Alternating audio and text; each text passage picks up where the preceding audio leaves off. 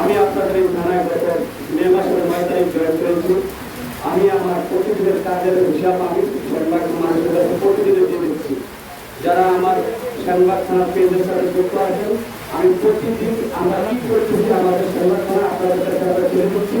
আপনারা যারা আমার ফেসবুকটা ফলো করেন তারা তাই দেখতে পারবেন। আমি আমি আমি 6 তারিখে বলছি যে কথা বলছে, আসলে আমি প্রকৃত যুবতী দ্বারা যে জামিন পেয়ে চলে আসে, আসলে এটা আসলে জরুরের কথা না, এটা শুধু সেনবাগের কথা না, এটা পুরো বাংলাদেশের জনগণের কথা। যে কিভাবে চলে আসে, পুলিশ করে ধরে দেয়, আবার গুলি করে আসে ঘোরাফেরা করতেছে। আসলে তার সত্য কথা হলো এরকম, আইনের যে ব্যাখ্যাটা আর কি, যে তার সাথে যদি মাল পাওয়া যায় তাহলে সত্য মামলা দেওয়া যায়, তাহলে সে অনেকদিন জেলখানা ভিতরে থাকে। যদি তার কাছে মাদক পাওয়া না যায় তাহলে বেশিদিন তার জেলখানা থাকা যায় না। এটা হচ্ছে সত্য কথা। আর সে জেলে যাওয়া যেমন তার একটা আইনের ব্যাপার, জামিন পাওয়া যায় একটা আইনের ব্যাপার। আমাদের আর জামিনটা কিন্তু আমাদের হাতে নেই, এটা পুরো ফলের ব্যাপার। দেখভাল করে এটা নিয়ে অনেক কথা হইতেছে, কথা তাড়াতাড়ি হইতেছে, হয়তো জামিন আরো শক্ত করা হচ্ছে যাতে সহজে জামিন না পায়। আমি হঠাৎ করে বলতে পারি, আপনাদের সেনবাগ থানায় আমি জয়েন করার পরে আপনারা আমাকে ফোন দিয়েছেন, আমি ফোন রিসিভ করি নাই, বা আপনারা আসামি ধরে রাখছেন আমি নেই নাই, আপনারা খবর করেছেন আমি রেসপন্স করে নাই, এরকম পরিস্থিতি আপনারা বলবেন বলে আমার মনে হয় না আর কি।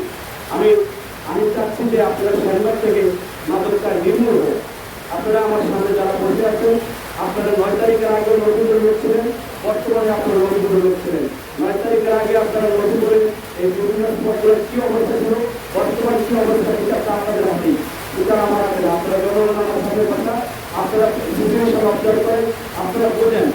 আমি আসলে আমার সার বছর যার কথা শুনবো, সারের কথা শুনবো, অনেক কথা বলার ছিল, আসলে বলতে পারলাম না, বৃষ্টির কারণে মানুষজন নেই, এগুলো বলতে পারলাম না।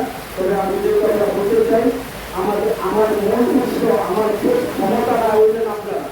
আমার সামনে যারা বসে আছেন, আপনারা হলেন আমার ক্ষমতা, আপনারা হলেন আমার উৎস, আপনারা হলেন আমার প্রেরণা, আপনারা হলেন আমার সব। কারণ হলো আপনি যদি আমার কাছে পড়াশোনা করেন তাহলে আমি সঠিক অ্যাকশন নিতে পারি। আমি অনেক সময় বলে থাকি, অপরাধীর ঠিকানা নোয়াখালীর জেলখানা, অপরাধীর ঠিকানা নোয়াখালীর জেলখানা। আপনারা দেখতে পাচ্ছেন যে বৃষ্টিটা, কালকে আমরা 4টা বাজে পুরা থানা আমরা সাদা বাইরেছি, এই বৃষ্টির মধ্যে বিজেপি আমরা অভিযান করছি।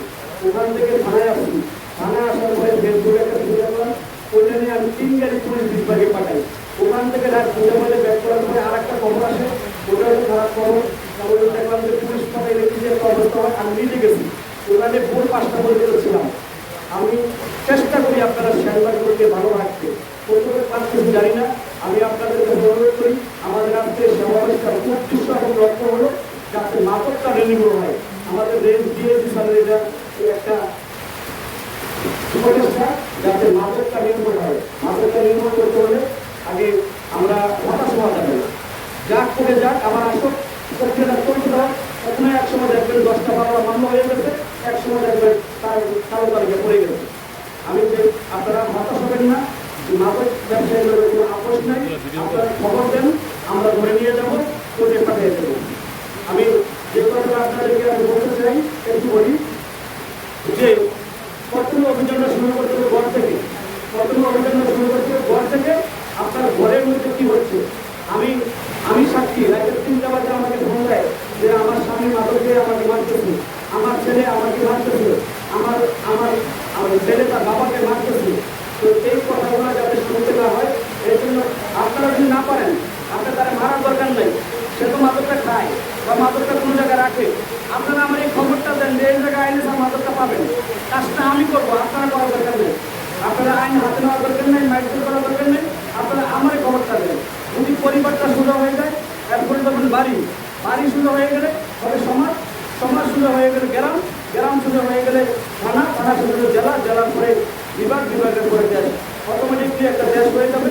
আমি আর কথা বাড়ানো না, তার কথা বলবে। যারা মাদক ব্যবসা করে মাদক খায় তাদের সংখ্যাটা বেশি না, তাদের কিছু না, আমরা সংখ্যা অনেক বেশি। শুধু আমাদের দরকার একটা সৎ ইচ্ছা, আর কিছুই না। একটা সৎ ইচ্ছা, একটা সঠিক সিদ্ধান্তে আমরা পারি দেশটাকে সঠিকভাবে গড়ে তুলতে। আগামী